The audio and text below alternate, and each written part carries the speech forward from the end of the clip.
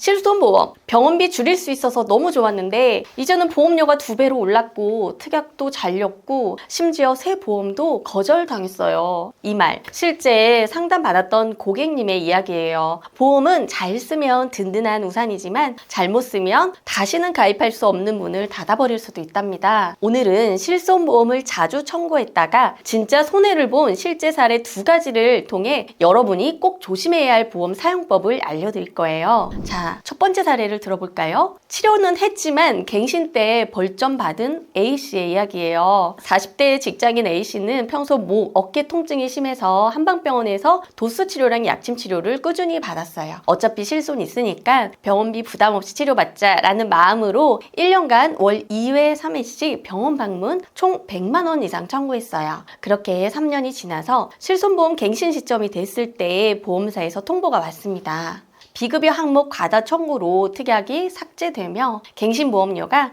기존 대비 2.4배 인상됩니다. A씨는 놀랬어요. 정당하게 치료받은 건데 왜? 하지만 보험사는 도수치료, 약침은 고가 비급여 항목이고 반복 사용은 과잉진료 의심이다. 청구 빈도가 높으면 손해율 높은 고객으로 분류해서 결국 A씨는 특약 일부가 자동 해지되고 보험료는 기존보다 2배 이상 올랐습니다. 사례 2번째예요. 실손보험 청구 내역 때문에 거절당한 B씨 이야기예요. 30대 후반의 자영업자 B씨. 기존 실손보험을 갱신하지 않고 해지한 뒤에 최근 새로 가입하려고 보험사를 알아보던 중이었어요. 그런데 예기치 못한 말이 돌아옵니다. 고객님은 최근 실손보험 청구 이력이 많아서 심사 결과 신규 가입이 불가하십니다. B씨는 황당했죠. 보험금 타먹은 것도 아니고 정당한 진료비만 받았는데요. 즉 A 보험사에서 청구했던 내용도 B 보험사, C 보험사에서 가입 심사할 때 모두 확인이 가능하다는 거예요. 보험사 입장에서는 과거 청구 내역, 질환명, 치료 빈도, 금액 이 모든 걸 보고 리스크가 높다고 판단하면 신규 가입 자체를 거절할 수 있는 거예요. 특히 실손보험처럼 손해율 높은 상품일수록 이런 청구 이력이 많은 사람은 심사 자체에서 탈락할 수 있다는 겁니다.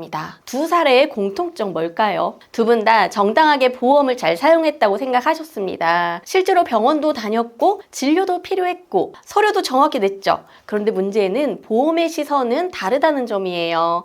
보험은 고객 한 명이 아니라 전체 손해율과 통계로 판단하기 때문에 치료 횟수가 많다. 특정 항목, 예를 들면 도수치료, 약침, 초음파 등 비급여 항목이 반복적으로 과거 청구 이력이 많고 상세하면 이 데이터는 보험사 간에 공유되어서 결국 가입 거절, 보험료 인상, 특약 삭제로 이어질 수 있어요. 그럼 어떻게 해야 될까요? 전략적 사용 가이드 이제 나갑니다. 청구 자체는 절대 나쁜 게 아니에요. 병원에 다녀왔으면 정당하게 청구하세요. 하지만 실비되니까 그냥 받아야지 식의 무분별한 비급여 치료 청구는 주의하세요. 특히 도수 치료, 영양주사, 약침, 한방치료는 보험사에서 과잉 청구 항목으로 분류하는 만큼 꼭 의사의 권유나 치료 계획하에 진행하고 청구하시는 게 좋습니다. 실손보험 해지 후에 다시 가입하기 어렵다는 것도 꼭 기억하세요. 청구 이력이 전산에 남고 보험사 간에 공유되기 때문에 한번 거절당한 이력이 생기면 다른 보험사도 동일하게 반응할 수 있어요. 실손보험은 병원비 줄이는데 정말 든든한 무기지만 무심한 사용이 내 보험을 스스로 망가뜨릴 수도 있다는 점 꼭 기억해 주세요. 정당하게 사용하되 전략적으로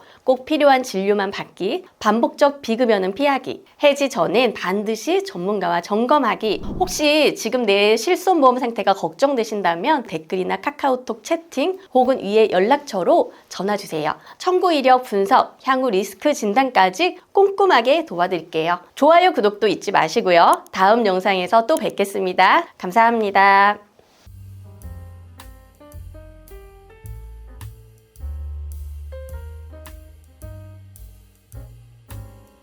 본 광고는 심의 기준을 준수하였으며 유효기간은 심의일로부터 1년입니다.